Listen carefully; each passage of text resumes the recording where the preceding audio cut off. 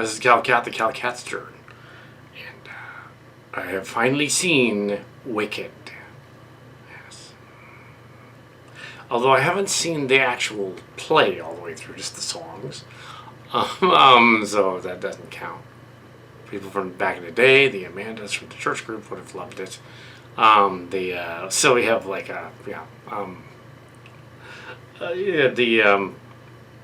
yeah. So basically, let's get into it, shall we? It's not compared to any of my stuff, so that's good.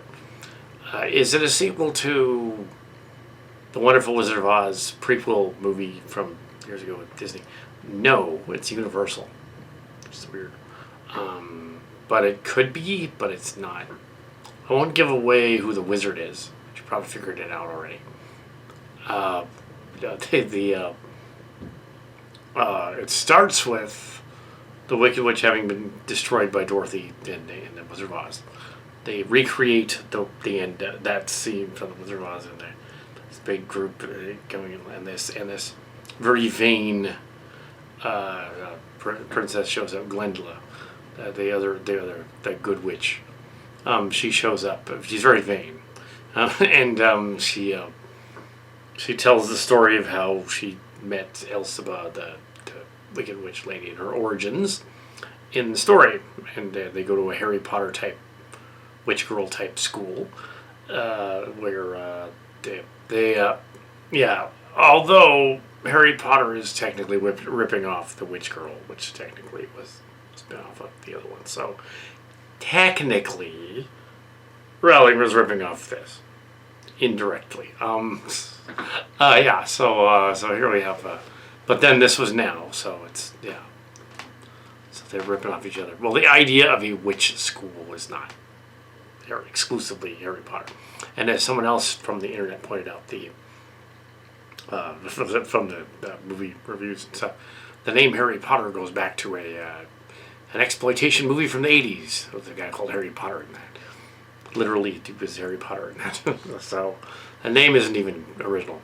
Here we have E.L. Baum's works being turned into bizarre stage plays that were famous, called Wicked. The actual stage play is 2 hours long. The movie is 2 different movies. So you start with Wicked Part 1 with an audience, a packed house. Everybody was there. It was amazing. Everybody was there. The visuals are amazing. It's stunning looking. A lot of it's CG though. It's really obvious. It's kind of obvious, yeah. The original Wizard of Oz was entirely matte paintings and characters and people out on the set. And there have been countless videos on the Wizard of Oz. And Oz the Great and Powerful included the China people. There was people made of China, the glass, that kind of ceramic. That was actually in the Wizard of Oz book, so that was actually in there. People are like, why is this weird ceramic thing? That's in the book. Yeah, they just didn't include it in the movie because they couldn't film it. But years later, they put it in Wonderful Wizard of Oz. They filmed it. And the whole shtick of the Wizard of Oz is that he's making it up. And that's the whole shtick. He's making it up. Also, you have the odd sci-fi exploitation movie Zardoz, which is a sort of a spin-off of the Wizard of Oz, taking place in a hippie realm, which is a very strange movie. But yeah, that's a Wizard of Oz too. But back to this one. They go to witch school. Apparently, it's sort of a witch school, sort of a finishing school, because they have a sorceress lady, and it's Michelle Yeoh from Star Trek, which is hilarious. And she was also a kung fu exploitation character from years ago, so she's actually famous. She's one of those people that Jennifer Lawrence had once said naively, "I was the first female heroine" or something. I was the only one, or something like I was the only female heroine, or something. To which people like Sigourney Weaver and Linda Hamilton pointed out, "No, we were first." But then Cynthia Rothrock pointed out, "No, I was before you guys." And Michelle Yeoh, "Yeah, I was also before you guys."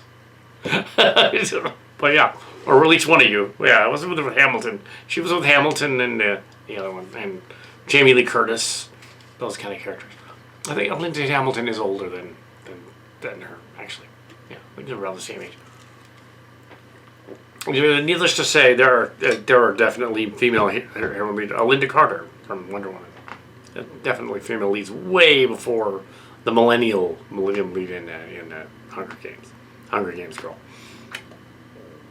Well, here we have two other female heroines to throw in there. One that goes bad. Actually, the plot is very similar to Transformers 1. It's an origin story. I don't necessarily need about two frenemies, friends that become enemies, and one of them becomes the Wicked Witch and goes out and does her own thing. He's corrupted by the thing. That's the plot of Wicked. Basically, yes, little minor spoilers. I will not give everything away. I want you to go and see it. Also, this is only part 1, so her fall from grace, basically, which is kind of what happens in Transformers 1. Megatron's fall from grace, and Prime has to help her out at the end. It's a little different in that one, similar enough. So you have fall from grace kind of thing. Yeah, you kind of have that a little bit in Moana 2 as well. There's a bad guy in that kind of behaves like that. Probably thinking of Wicked. Well, in that one, it's Disney, and Disney doesn't own the rights to Wizard of Oz. It's Universal. So, although for briefly they did for Wonderful Wizard of Oz, didn't they? I think. I'm not going to look it up, but I think. I don't think it's copyrightable. I don't think they own that. I think Universal owns it. Universal Studios, different people. So yeah, you have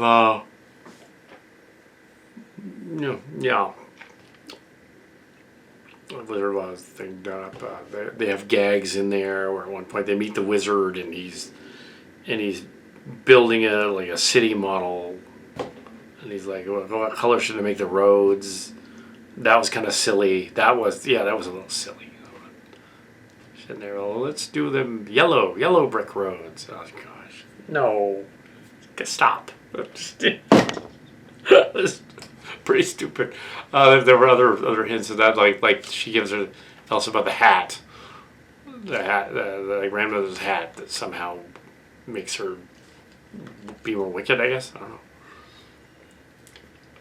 There's a weird interpretive dance at one point. There's a Yule Ball at one point that leads to an interpretive dance. There are, unlike in Moana 2, where you had, from yesterday, you had almost no trans or gay characters. In this one, you have at least 2, at least 3. I can see why this movie would be popular among LGBTQ people, because clearly the Good Witch and the Wicked Witch are definitely implicit, like more than roommates in the story. But they almost go there. They're like, okay, yeah.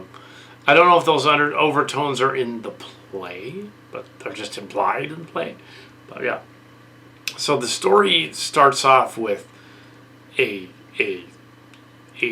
cheating wife and a husband and a cheating wife, and and it's kind of confusing because, well, first of all, they have talking animals. They have a talking a bear maid, and they have another father and child and stuff. Did he take her back? I'm not sure. Is that in the play? I'm not sure. I should probably have seen the play. But I figured I wasn't going to get around to seeing the play before I saw the movie, so I went to see the movie. Now I can go watch the play. But yeah, I'm sure it's different. But they kind of imply, but I don't think that's what's going on. They kind of imply that the wizard is the one that brought the spell, the elixir, to sleep with the wife. And because he liked green, the elixir's like absinthe or something. And it turns the baby green in the womb, I guess. It's not the father's, it's the wizard's. And they imply that later on in the story, so I think that's what they're going for. I think that the guy playing the wizard, I don't want to give that away, it's hilarious. I'm not going to give that away, who that is. but you probably figured it out already. Um, and they have the bear maid takes the baby. Then later on, the father, I guess, accepts it, and then has another kid, and inadvertently like poisons it in the womb by giving it some kind of flour that messes up its, like, gives it a thalidomide kind of thing, and it has like messed up legs. The other that little sister comes out in a wheelchair, because she's got to be in a wheelchair because she can't move around. So is that yeah, that's mentioned later. So how that happened, and Elsa blames herself for her sister being handicapped in a wheelchair, and the girl, the roommate lady, points out, no, it wasn't your fault. It was the fault of the flowers, and not the parents, but it would have been the parents' fault actually. But no, it's the fault of the flowers, not her. The space flowers. They reference the sleepy opium is used on one point. There's this weird subplot with a goat professor, which is because they just love the screaming goat thing from Marvel, so they decided to include a goat and stuff. And a goat who, with his animal friends, is secretly having communist meetings, discussing the goat revolution of Oz.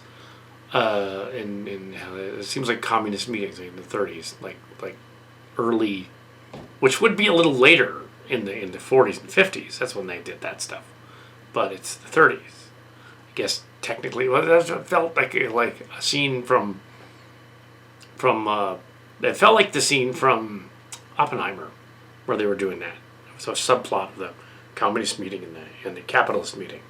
And there's a subplot where this one guy gets kicked out, this other guy gets brought in, and that was a subplot of Oppenheimer 2 years ago. So it's like, are they just kind of copying Oppenheimer right here? Because I thought it would be a good idea. There's just the first part of this, like they add these little subplots that probably are not in the play at all, and they don't need them. That's kind of the problem with it. And it's an excellent movie. It's Oscar worthy, excellent movie, visually. The acting is top notch. The singing is top notch. And I can see what the actress who was playing the Elsa meant when she got mad at the person on Twitter. Because the character in the movie explicitly is said over and over again. The character is a metaphor for racism. And by changing the metaphor, that person just got under her skin. It shouldn't have. She's an actress. She said, "Oh, I realized you were just trying to be creative with your background and thing. And you weren't trying to insult me. You were trying to be creative. Cool. Nicely done. Whatever. Think of it, but don't print it. Don't text it, because I'm sure that the fan was not trying to insult her. The fan was just trying to make the art look cooler. That it wasn't her intent to be." Against but there's definitely that undertone there. The green girl is treated as like, ooh, the obvious. She's a black lady in green makeup, and it's a black lady, and against the white lady, basically it's that again. She's more like an Orion, I guess, or something. But it's not her fault she's green, but she thinks it's her fault. No, it's because her mother fooled around with that other guy who liked green. The emerald guy, who could be the guy, So we have, it's just, it is Oscar worthy. It's definitely 4 stars easily, but this is probably the first Oscar worthy. I wouldn't say it's a drama. It's a musical adventure. So it would be up on a par with the other musical adventures this year that came out. There's a couple of them. It's a musical, so it's kind of its own thing. So if you're gonna give this one in an Oscar category somewhere, say best musical of the year category, add that. Yeah, the musical number, score, musicals.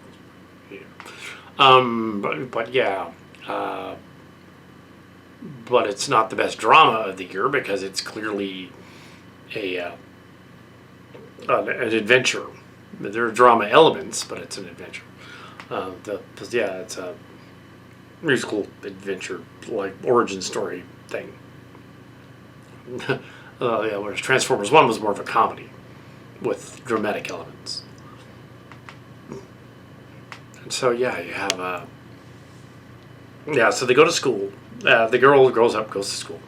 There's a few other elements of what happens younger. It's not important, really, to the plot.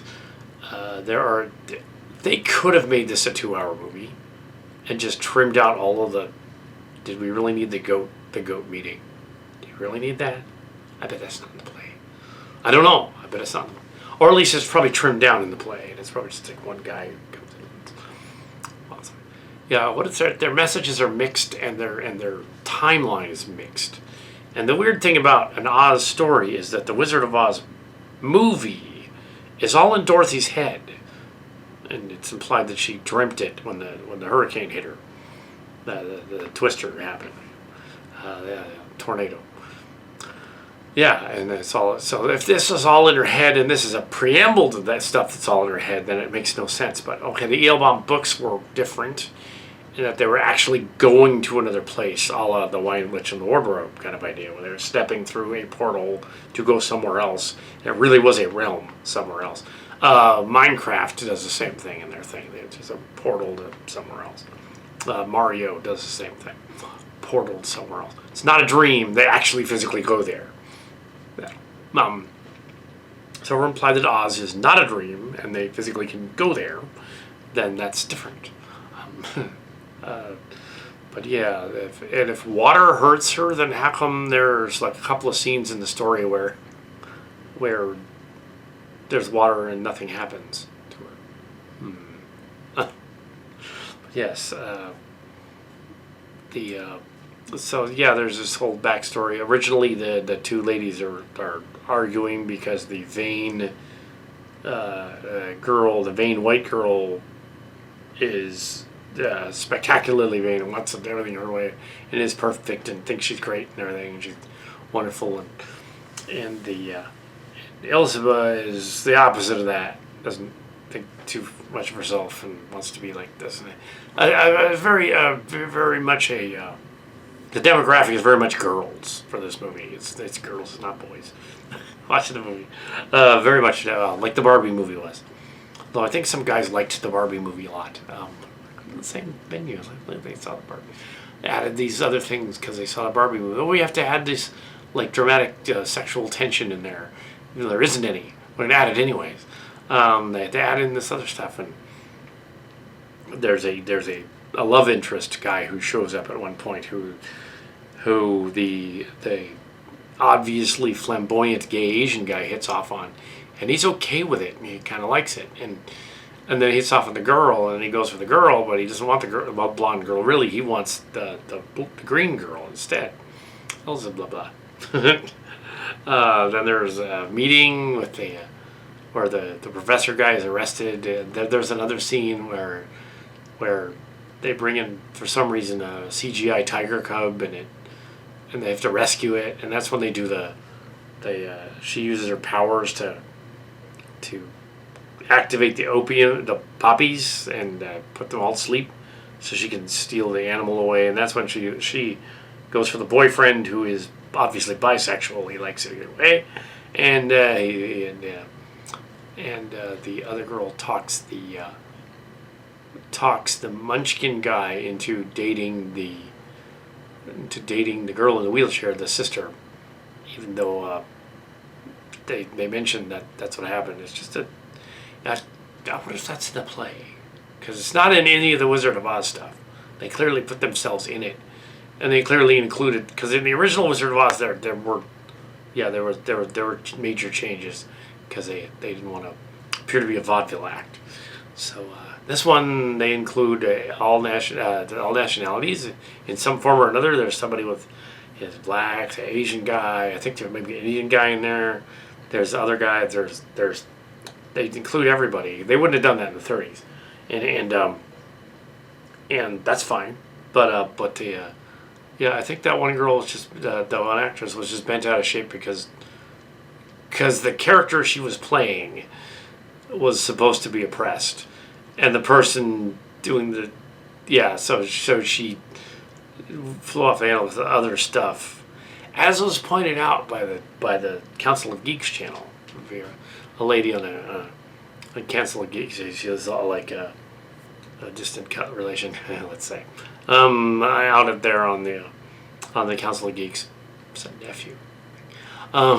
Anyway, so I think that's who that is. That's one of my, maybe not, but acts a lot like one of my. I don't think it is. I don't think Council of Geeks is a nephew, but it'd be funny if he was.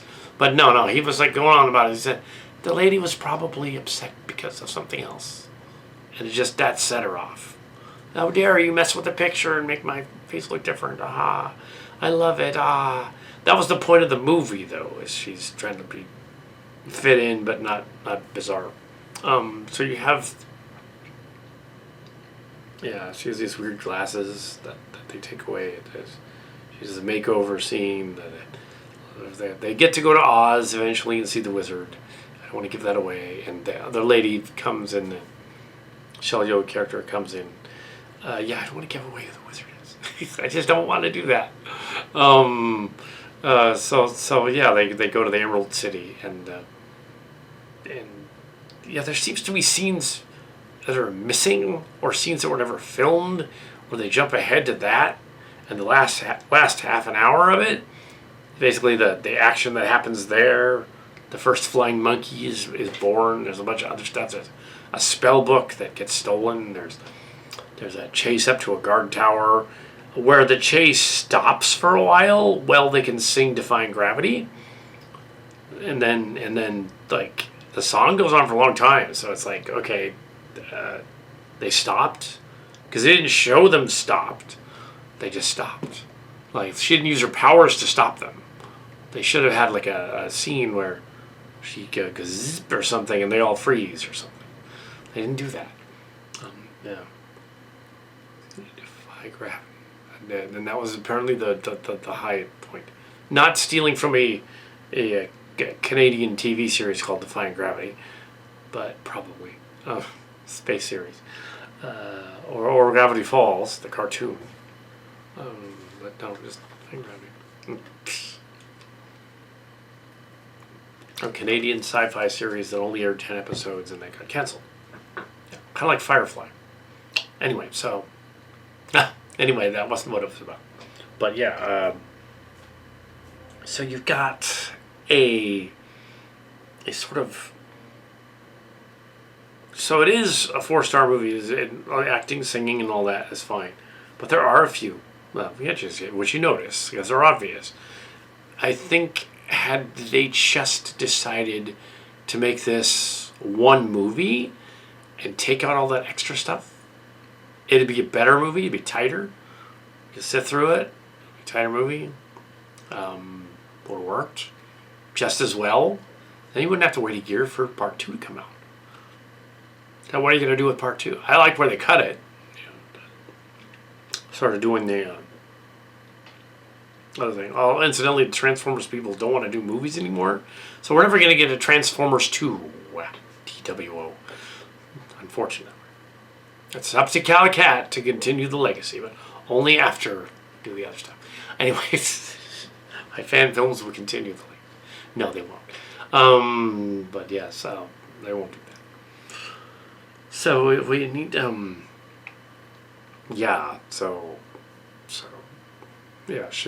critical shakeups at Hasbro have nothing to do with this. The Wicked movie. The singing, I don't know.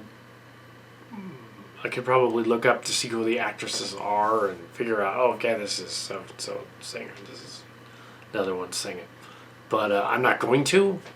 I figure the Wicked fans, they know what they're doing. So I'm not going to bother. But it wasn't really my demographic, I don't think. I don't think it was for boys, but that's fine. The representation was fine. It's just that it seemed a little forced at times when they were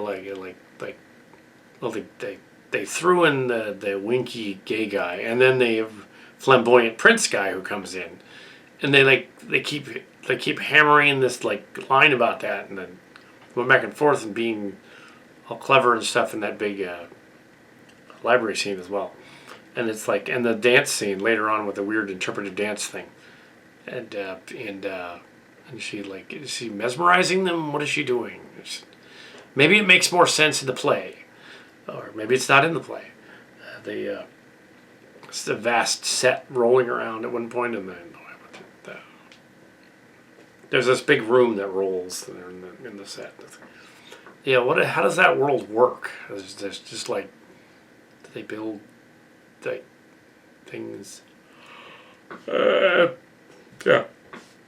So, yeah. And if it's all in Dorothy's head, wow, she's kind of a mess. The Munchkin's not very short though, which is weird. That's like Munchkins. So, like the Oompa Loompas from another thing, another show, Charlie and the Chocolate Factory, while Willy Wonka and the Chocolate Factory, or various others. The Oompa Loompas were supposed to be black natives originally, and they changed it to make them orange in the movie, and then they changed it in the books later on. But they were like African Congolese people, which would have been racist, so they changed it. So in this one, as well, they should have been. They changed that too in the Wizard of Oz as well, so they wouldn't be that racist. So in this one, they're very white looking. But yeah, it's odd. They also keep hitting it over and over again about her self-esteem kind of issues and what's going on, and she turns evil only because, and they keep going on about the turning evil because she can read the spell book, and so she's actually a real witch as opposed to the wizard. Well, the wizard is supposed to be like faking it, but I don't want to give away who that is. She's a real witch, and she can read the spell book. We're not sure why, and without her glasses, she can read the spell book, but she can. And if she's the daughter of the guy, and I may have that wrong, she's the daughter of the guy, the actual wizard. Why did she become? Are they implying that the mother is the witch? Well, that doesn't make any sense. Maybe they are implying the mother. But then the other mother, the other sister, yeah, the guy that takes her in, and then, yeah, that's confusing because clearly the original father and mother rejected her entirely. She's green, get her out of here. Don't want to have anything to do with her. But then she's with this other father who doesn't love her, I guess. And the bear is the maid. And then the other father has another daughter who's crippled because the father screwed up and gave the mother like a drug that messed her up, the flowers. Drug that messed her up. But he didn't know because he's dumb. And so, is he the same guy? Because why would he take her back? It's the same guy. Why would he do that? If that's the case, then that kind of makes sense. I'm just kind of confused as all the bearded white dudes in the beginning. I have them confused a little bit with goatees and stuff. Yeah, it was a little unclear. But yeah, there were just looking back on it, there were just some scenes that were confusing. We didn't need them. You could have almost started this story with them going to school. They're at school. That's where it opens. And not have the part where is the girl in the wheelchair in the play? Because if she's not, then, well, because she didn't do anything really. She just befriends the Munchkin guy.